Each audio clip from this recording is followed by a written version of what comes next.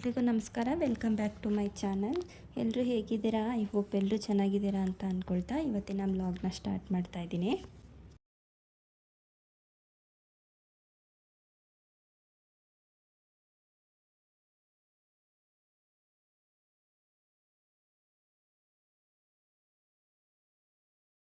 Hi, ಎಲ್ರಿಗೂ ನಮಸ್ಕಾರ. Welcome back to my channel. ಎಲ್ಲರೂ ಹೇಗಿದ್ದೀರಾ? ಐ ಹೋಪ್ ಎಲ್ಲರೂ ಚೆನ್ನಾಗಿದ್ದೀರಾ ಅಂತ ಅಂದ್ಕೊಳ್ತಾ ಇವತ್ತಿನ ವ್ಲಾಗ್ನ ಸ್ಟಾರ್ಟ್ ಮಾಡ್ತಾ ಇದ್ದೀನಿ. ಇವತ್ತು ನಾನು ತಿಂಡಿಗೆ ಏನು ಮಾಡ್ತಾಯಿದ್ದೀನಿ ಅಂದರೆ, ಮಲೆನಾಡು ಸೈಡಲ್ಲಿ ಕಡುಬು ಮತ್ತು ಸಾಂಬಾರು ಮಾಡ್ತಾರೆ ಅಥವಾ ಚಟ್ನಿ ಕೂಡ ಮಾಡ್ತಾರೆ. ಸೊ ನಾನು ಅದನ್ನು ಇವತ್ತು ಮಾಡೋಣ ಅಂತ ಅಂದ್ಕೊಂಡೆ. ನಮ್ಮ ಮನೇಲಿ ಎಲ್ರಿಗೂ ಇಷ್ಟ ಆಗೋಲ್ಲ, ಆದರೂ ಅಪರೂಪಕ್ಕೆ ಯಾವಾಗಾದರೂ 6 ತಿಂಗಳಿಗೋ 3 ತಿಂಗಳಿಗೋ ಒಂದು ಸಲ ಮಾಡ್ತೀನಿ. ಸೊ ಇವತ್ತು ಮಾಡೋಣ ಅಂತ ಅಂದ್ಕೊಂಡಿದ್ದೀನಿ.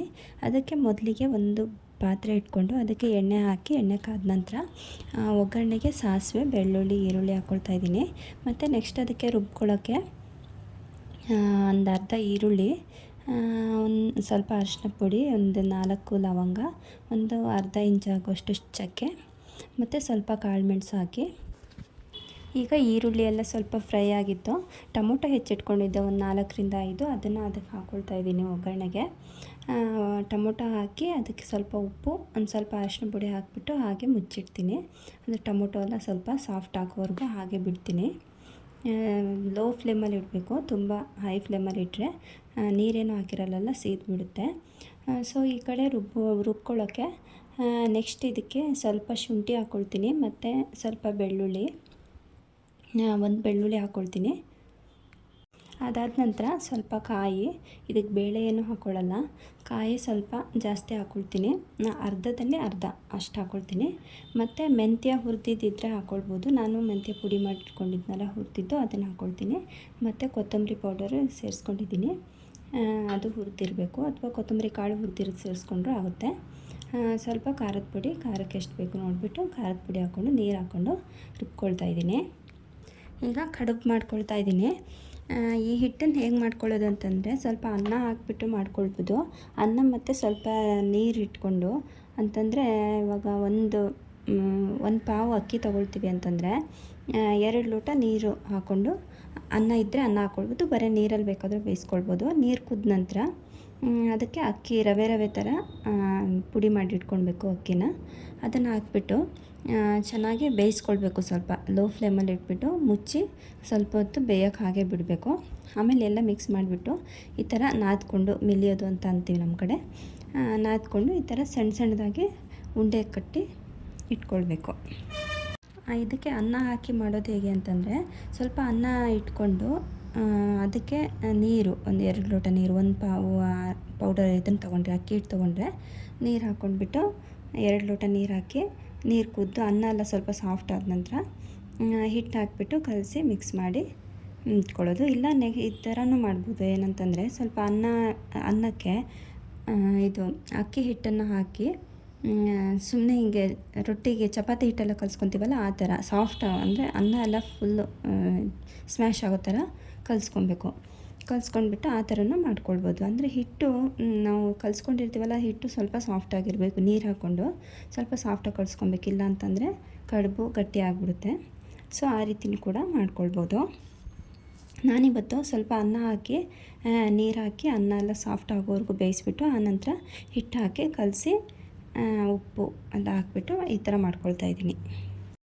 ಈ ಥರ ಕಡುಬಿಗೆ ಕಾಂಬಿನೇಷನ್ ಆಗಿ ಕಾಯಿ ಚಟ್ನಿ ಅಥವಾ ಇದು ಟೊಮೊಟೊ ಸಾಂಬಾರು ಆ ರೀತಿ ಚೆನ್ನಾಗಿರುತ್ತೆ. ನನಗೆ ಜಾಸ್ತಿ ಇಷ್ಟ ಆಗೋದು ಟೊಮೊಟೊ ಸಾಂಬಾರು ಮಾಡಿದರೆ ಚೆನ್ನಾಗಿರುತ್ತೆ. ಸೊ ನಾನಿವಾಗ ತೋರಿಸಿದ್ನಲ್ಲ ಟೊಮೊಟೊ ಸಾಂಬಾರು, ಆ ರೀತಿ ಕಂಟಿನ್ಯೂಷನ್ ತೋರಿಸ್ತೀನಿ ಇವಾಗ.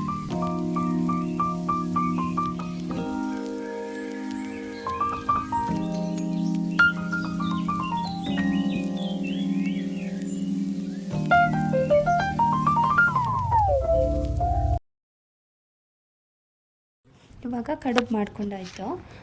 ಇದನ್ನು ಹೇಗೆ ಬೇಯಿಸ್ಕೊಳ್ಳೋದು ಅಂತಂದರೆ, ಒಂದು ಕುಕ್ಕರಲ್ಲಿ ನೀರಿಟ್ಕೊಂಡು ಅದಕ್ಕೆ ಸ್ವಲ್ಪ ನಿಂಬೆಹಣ್ಣು ಹಾಕ್ಕೊಳ್ತೀನಿ, ಪಾತ್ರೆ ಕಪ್ಪಾಗಬಾರ್ದು ಅಂತ.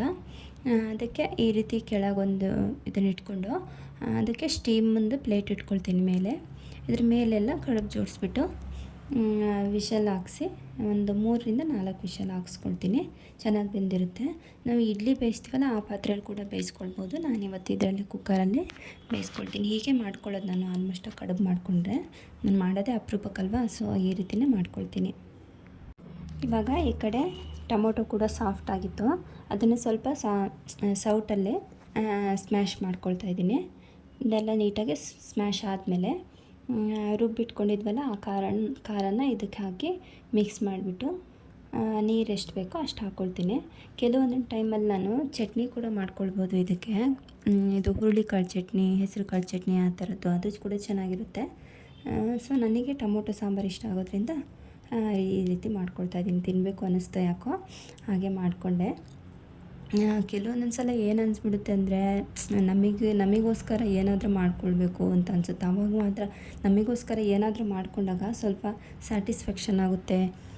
ಮತ್ತು ಒಂದು ಸ್ವಲ್ಪ ನಮ್ಮನ್ನು ಕೇರ್ ಮಾಡ್ಕೊಂಡಂಗೆ ಅನಿಸುತ್ತಲ್ಲ. ಸೊ ಹಾಗಾಗಿ ನನಗೋಸ್ಕರ ಅಂತ ಯಾವಾಗಲಾದರೂ ಹಿಂಗೆ ಮಾಡ್ಕೊಳ್ತೀನಿ. ನಮ್ಮ ಮನೇಲೆಲ್ಲ ತಿನ್ನಲ್ಲ ಇಷ್ಟಪಟ್ಟು, ಸೊ ಕೆಲವು ಟೈಮಲ್ಲಿ ತಿಂತಾರೆ. ಸೊ ಮಾಡಿಕೊಂಡೆ ಇವತ್ತು. ನನ್ನ ಮಗನಿಗೂ ಸ್ವಲ್ಪ ಕಡುಬು ಅಂದರೆ ಇಷ್ಟ. ಕಡುಬು ಮಾಡಿದರೆ 3 ಟೈಮು ಅದನ್ನೇ ತಿಂದುಬಿಡ್ತಾನೆ. ಸುಮ್ಮನೆ ಕೈಯಲ್ಲಿ ಇಟ್ಕೊಂಡು ಓಡಾಡ್ಕೊಂಡು ತಿಂತಾ ಇರ್ತಾನೆ. ಸೊ ಹಾಗಾಗಿ ಅವನಿಗೂ ಆಗುತ್ತಲ್ಲ ಅಂತ ಅಂದು ಹಾಗೆ ತಿಂಡಿ ತಿಂದು ಕೂತ್ಕೊಂಡಿದ್ದಷ್ಟೇ. ಹಾಗೆ ತಮ್ಮ ಫೋನ್ ಮಾಡ್ದೆ, ಅಣಬೆ ಕೊಟ್ಟು ಕಳಿಸ್ತೀನಿ ಅಂತೇಳಿ.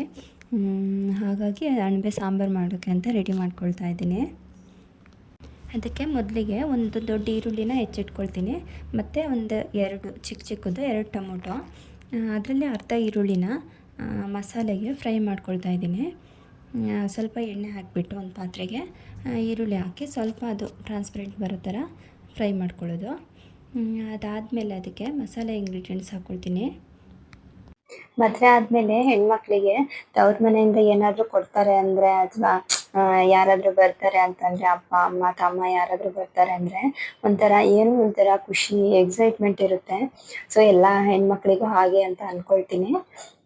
ನೆಕ್ಸ್ಟ್ ಇದಕ್ಕೆ ಮಸಾಲೆ ಹಾಕ್ಕೊಳ್ತಾ ಇದ್ದೀನಿ. ಮಸಾಲೆ ಇಂಗ್ರೀಡಿಯೆಂಟ್ಸು ಕಾಳುಮೆಣಸು ಒಂದು 8-10, ಒಂದು 4-5 ಲವಂಗ, ಒಂದು 2 ಪೀಸು ಚಕ್ಕೆ, ಮತ್ತು ಒಂದು ಏಲಕ್ಕಿ, ಸ್ವಲ್ಪ ಸೋಂಪಿನ ಕಾಳು ಹಾಕ್ಕೊಂಡು ಇದಕ್ಕೇನೆ ಸ್ವಲ್ಪ ಮೆಂತ್ಯ ಮತ್ತು ಒಂದು ಸ್ವಲ್ಪ ಕೊತ್ತಂಬರಿ ಕಾಳು ಸ್ವಲ್ಪ ಜಾಸ್ತಿ ಹಾಕ್ಕೊಳ್ತೀನಿ. ಒಂದು 2 ಐಡಿ ಆಗೋಷ್ಟು ಕೊತ್ತಂಬರಿ ಕಾಳು ಹಾಕ್ಕೊಳ್ತೀನಿ. ಇದೆಲ್ಲ ಹಾಕ್ಕೊಂಡು ಮಿಕ್ಸ್ ಮಾಡ್ಕೊಳ್ಳೋದು. ಇವಾಗ ಅದಕ್ಕೇನೆ ಶುಂಠಿ ಮತ್ತು ಬೆಳ್ಳುಳ್ಳಿನೂ ಕೂಡ ಹಾಕ್ಕೊಳ್ತೀನಿ. ಶುಂಠಿ ಬೆಳ್ಳುಳ್ಳಿ ಆದಮೇಲೆ 2 ಟೊಮೊಟೊ ಹೆಚ್ಚಿಟ್ಕೊಂಡಿದ್ದೆ, ಅದನ್ನು ಹಾಕ್ಕೊಳ್ತೀನಿ. ಇದಕ್ಕೆ ಟೊಮೊಟೊ ಸ್ವಲ್ಪ ಸಾಫ್ಟ್ ಆಗೋವರೆಗೂ ಫ್ರೈ ಮಾಡ್ಕೊಳ್ಬೇಕು.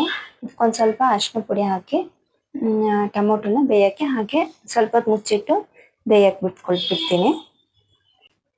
ಲೋ ಫ್ಲೇಮಲ್ಲಿ ಇಡಬೇಕು. ನಾನು ಸ್ಟೀಲ್ ಪಾತ್ರೆ ಇಟ್ಕೊಂಡಿದ್ದೆ, ಸೊ ಬಿಡುತ್ತೆ ಏನೋ ಗೊತ್ತಿಲ್ಲ, ನೋಡಬೇಕು. ಸೊ ಈ ಥರ ಫ್ರೈ ಮಾಡೋಕ್ಕೆ ಇಟ್ಟು ಮುಚ್ಚಿಟ್ಕೊಳ್ತೀನಿ. ಅಷ್ಟರಲ್ಲಿ ಅಣಬೆನ ತೊಳೆದು ರೆಡಿ ಮಾಡ್ಕೊಳ್ತೀನಿ. ಅಣಬೆ ತುಂಬ ಮಣ್ಣಾಗ್ಬಿಟ್ಟಿತ್ತು, ಯಾಕಂದರೆ ನಮ್ಮ ತೀರ್ಥಹಳ್ಳಿ ಸೈಡು ತವ್ರ ಮನೆ ಕಡೆ ಸ್ವಲ್ಪ ಕೆಂಪು ಮಣ್ಣಾಗಿರೋದ್ರಿಂದ ಸೊ ಅಣಬೆ ಎಲ್ಲ ಫುಲ್ ಕೆಂಪಾಗಿತ್ತು. ಸೊ ಹಾಗಾಗಿ ನೀಟಾಗಿ ತೊಳ್ಕೊಂಡೆ. ಅಷ್ಟರಲ್ಲಿ ಫ್ರೈ ಆಗಿತ್ತು. ನನ್ನ ಮಗ ಅಡುಗೆ ಮಾಡ್ತಾ ಇದ್ದೆ ಅಥವಾ ಪಾತ್ರೆ ತೊಳಿತಾ ಇದ್ರೆ ಬರ್ತಾನೆ, ನಾನು ಮಾಡ್ತೀನಿ ಅಂತ. ಸೊ ನೆಕ್ಸ್ಟ್ ಇದಕ್ಕೆ ಖಾರದ ಪುಡಿ ಹಾಕ್ಕೊಳ್ತೀನಿ. ಖಾರಕ್ಕೆ ಎಷ್ಟು ಬೇಕು ನೋಡಿಬಿಟ್ಟು ಅದನ್ನು ಸ್ವಲ್ಪ ಫ್ರೈ ಮಾಡಿ ಅದಕ್ಕೆ ಸ್ವಲ್ಪ ತುರಿದಿರೋದು ಕಾಯಿನ ಹಾಕ್ಕೊಳ್ತೀನಿ. ಒಂದು ಅರ್ಧದಲ್ಲಿ ಅರ್ಧ ಅಷ್ಟು ಹಾಕ್ಕೊಳ್ತೀನಿ.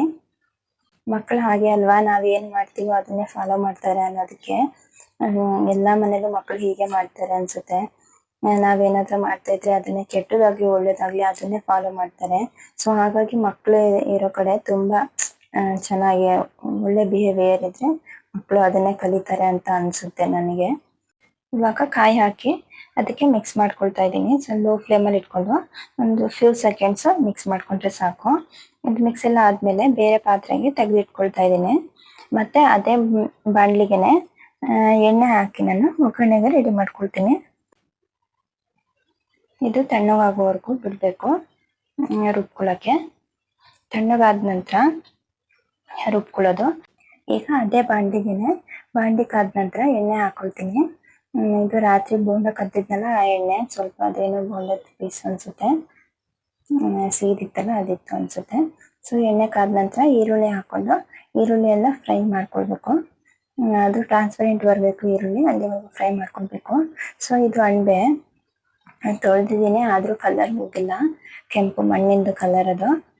ಸೊ ಅಣಬೆ ಈ ಥರ ಇರುತ್ತೆ, ನಾನೆಲ್ಲ ಕಟ್ ಮಾಡಿದ್ದೀನಿ ಸಾಂಬಾರು ಮಾಡಲಿಕ್ಕೆ ಅಂತ. ಸೊ ಈ ರೀತಿ ಇರುತ್ತೆ ಅದು ಇಡೀದು. ಸೊ ಈಗ ಈರುಳ್ಳಿ ಎಲ್ಲ ಸ್ವಲ್ಪ ಸಾಫ್ಟ್ ಆಗಿದೆ. ಇದಕ್ಕೆ ಒಂದೆರಡು ಹಸಿಮೆಣಸು ಸೇರಿಸ್ಕೊಳ್ತೀನಿ ನಾನು ಒಗ್ಗರಣೆಗೆ, ಚೆನ್ನಾಗಿರುತ್ತೆ ಅಂತ. ಅದು ಹಸಿಮೆಣಸು ಸ್ವಲ್ಪ ಫ್ರೈ ಆದಮೇಲೆ ಇವಾಗ ಇದನ್ನು ಹಾಕೊಳ್ಳೋದು, ಅಣಬೆ ಹಾಕ್ಕೊಳ್ಬೇಕು. ಅಣಬೆ ಹಾಕ್ಕೊಂಡು ಅದೆಲ್ಲ ಸ್ವಲ್ಪ ಸಾಫ್ಟ್ ಆಗೋವರೆಗೂ ಹಾಗೆ ಬೇಗ ಸಾಫ್ಟ್ ಆಗುತ್ತೆ. ಸೊ ನಾನು ಸ್ವಲ್ಪ ಸಾಫ್ಟ್ ಆಗೋಕೆ ಇಟ್ಟಿದ್ದೆ, ಯಾಕಂತಂದರೆ ಇದರಲ್ಲೇ ನನ್ನ ಮಗನಿಗೆ ಒಂದು ಸ್ವಲ್ಪ ತೆಗೆದಿಟ್ಕೊಳ್ತೀನಿ ಖಾರ ಹಾಕೋಕ್ಕಿಂತ ಮೊದಲೇ.